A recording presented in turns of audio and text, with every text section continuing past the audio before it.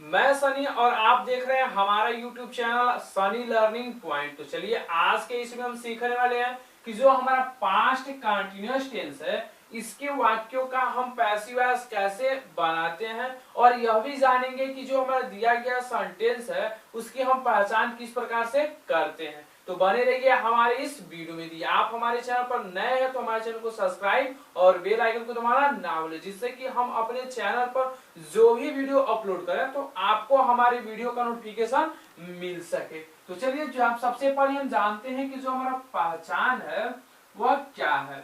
देखिए जो पहचान है वो बहुत ही आसान है।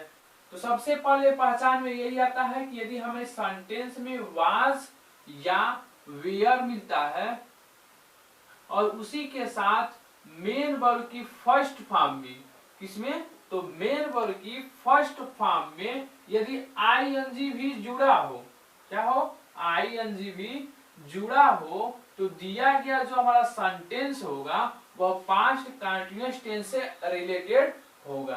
तो देखिए एग्जांपल से भी हम समझते हैं कि Ram was reading a book. क्या है कि Ram was reading a book. तो देखिए हमने आपको पहचान में ही बताया है यदि हमारे सेंटेंस में वाज या वेयर हो और मेन वर्ब की फर्स्ट फॉर्म में आईएनजी जुड़ा हो तो हमारा जो सेंटेंस होगा वह पास्ट कंटिन्यूअस टेंस से रिलेटेड होगा। तो देखिए यहाँ पे क्या हमें वाज भी मिला और मेन वर्ब की फर्स्ट फॉर्म में आईएनजी भी जुड़ा है। तो इस प्रकार से जो हमारा यह एग्जाम्पल है वो किससे रिलेटेड है, तो पास्ट कंटिन्यूअस टेंस से। तो ठीक इसी प्रकार से दूसरा एग्जाम्पल देखते हैं कि we were roaming the field. क्या है कि we were roaming the field. तो इसमें भी देखिए क्या हमें वाज और वेयर में से कोई एक मिला और जो हमारा मेन वर्ब की फर्स्ट फॉर्म है उसमें हमें आईएनजी भी जुड़ा मिला। तो इस प्रकार से यह जो सेंटेंस और किससे रिलेटेड हुआ, तो पास्ट कंटिन्यूअस टेंस से। तो आशा करते हैं कि आप समझ गए होंगे कि किस प्रकार से हम पास्ट कंटिन्यूअस टेंस के वाक्यों का हम पहचान करते हैं। तो चलिए अब हम सीखते हैं कि इसके अफर्मेटिव सेंटेंस का हम पैसिव वॉइस किस प्रकार से बनाते हैं। तो बने रहिए हमारे चैनल पर।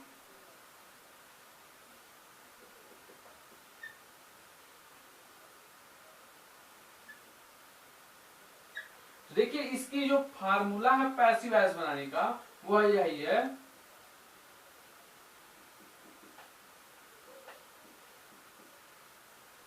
कि सबसे पहले हम एक्टिव वॉइस के ऑब्जेक्ट को लिखते हैं। किसे लिखते हैं, तो एक्टिव वॉइस के ऑब्जेक्ट को। उसके बाद से हम लिखते हैं वाज या वेयर को। वाज और वेयर को लिखने के बाद तुरंत हम प्रयोग करते हैं बीइंग का। किसका प्रयोग करेंगे, तो बीइंग का।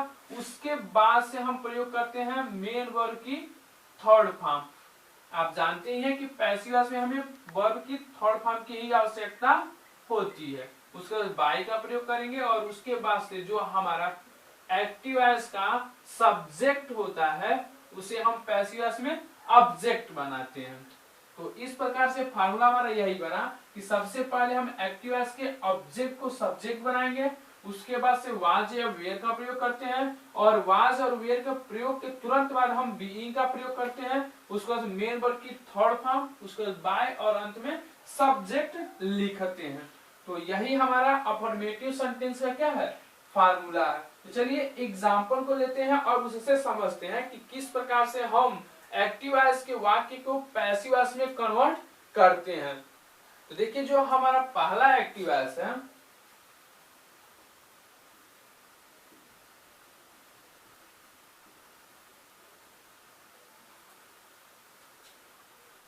I was buying a bike. क्या है कि I was buying a bike. देखिए इसका हम पहचान पहले ही सीख चुके हैं। आप पहचान लिए कि यह जो सेंटेंस है किससे रिलेटेड है, तो पास्ट कंटिन्यूअस टेंस से। तो अब हम इसका बनाते हैं क्या, पैसिव वॉइस। तो सबसे पहले हम क्या प्रयोग करते हैं पैसिव वॉइस में, तो ऑब्जेक्ट को हम सब्जेक्ट बनाते हैं। तो यहाँ पे ऑब्जेक्ट हमारा क्या है, अ बाइक। तो इसको हम सबसे पहले लिखेंगे अ बाइक।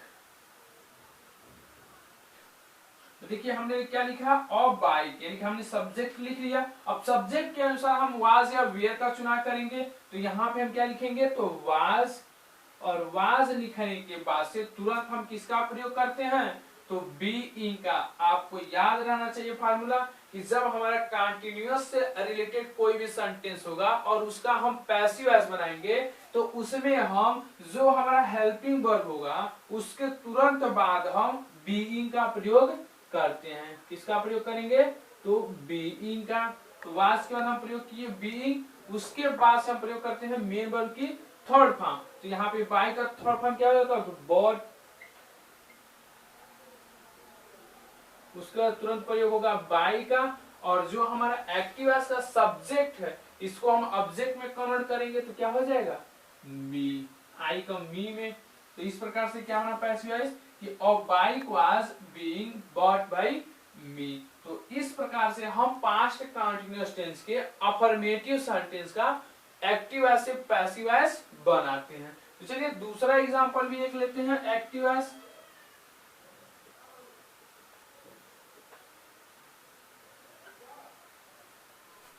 तो सी वाज सिंगिंग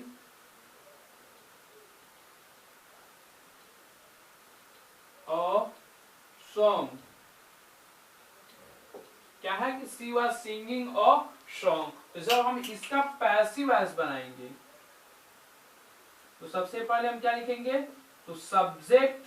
तो सब्जेक्ट हमारा क्या बना, तो अ सॉन्ग, क्योंकि एक्टिव वॉइस के ऑब्जेक्ट को हम सब्जेक्ट बनाएंगे। तो क्या हो जाएगा, अ सॉन्ग, और सब्जेक्ट के ही अनुसार हम प्रयोग करते हैं वाज या वेयर का।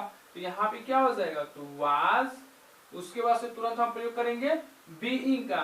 क्यों करना है, क्योंकि यह कंटिन्यूअस टेंस है, तो इसलिए हम वाज या वेयर के तुरंत बाद हम किसका प्रयोग करेंगे, तो बीइंग का। ज्यादातर बच्चे जब सेंटेंस का पैसिव वॉइस बनाते हैं तो उस समय भूल जाते हैं कि हमें बीइंग का भी प्रयोग करना है। तो इसलिए आप याद रखिएगा कि हमें बीइंग जरूर लगाएं। उसके बाद से हम प्रयोग करेंगे सिंग का थर्ड फॉर्म, और उसके बाद से प्रयोग करते हैं हम बाई का, और जो हमारा सब्जेक्ट है उसे हम ऑब्जेक्ट बनाएंगे। तो क्या हो जाएगा, सी का, तो हर।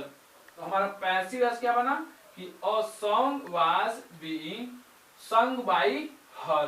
तो इस प्रकार से हमारा दूसरा एक्टिव वॉइस को हम पैसिव वॉइस में कन्वर्ट कर चुके हैं। तो चलिए अब हम करते हैं तीसरे नंबर के एक्टिव वॉइस को पैसिव वॉइस में कन्वर्ट। आप ज्यादा से ज्यादा एक्टिव वॉइस को पैसिव वॉइस में कन्वर्ट करिएगा, जिससे कि आप जल्द ही सीख सकेंगे। तो चलिए नेक्स्ट एक्टिव वॉइस है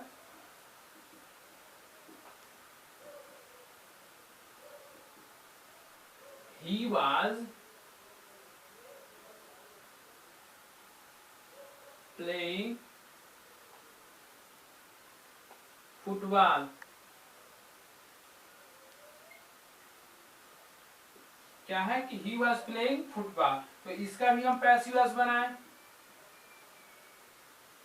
तो क्या होगा, फुटबॉल,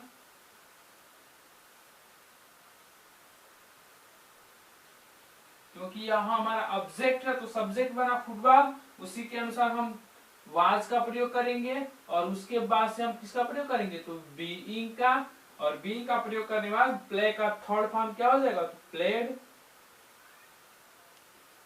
उसके बाद हम तुरंत प्रयोग करेंगे बाई का, और उसके बाद हम प्रयोग करते हैं एक्टिव वॉइस का। जो हमारा सब्जेक्ट होता है उसको हम ऑब्जेक्ट बनाएंगे, तो क्या हो जाएगा, ही का, तो हिम, अंत में फुल स्टॉप। तो क्या बना कि football was being played by him.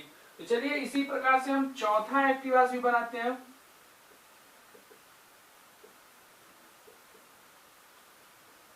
चौथा एक्टिव वॉइस है दे वाज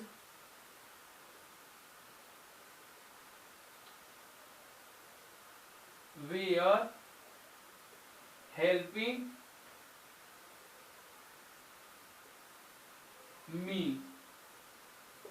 तो इसका जो पैसिव वॉइस बनाएंगे तो क्या होगा, आप ध्यान दीजिएगा कि जो हमारा ऑब्जेक्ट है, जब इसको हम सब्जेक्ट बनाएंगे पैसिव वॉइस में तो किसमें कन्वर्ट करेंगे, मी को, तो आई में।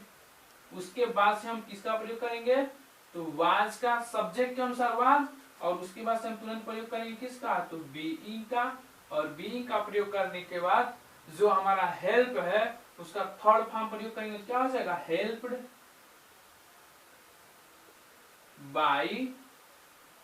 और जो दे है वह कन्वर्ट किस में होगा, तो देम में।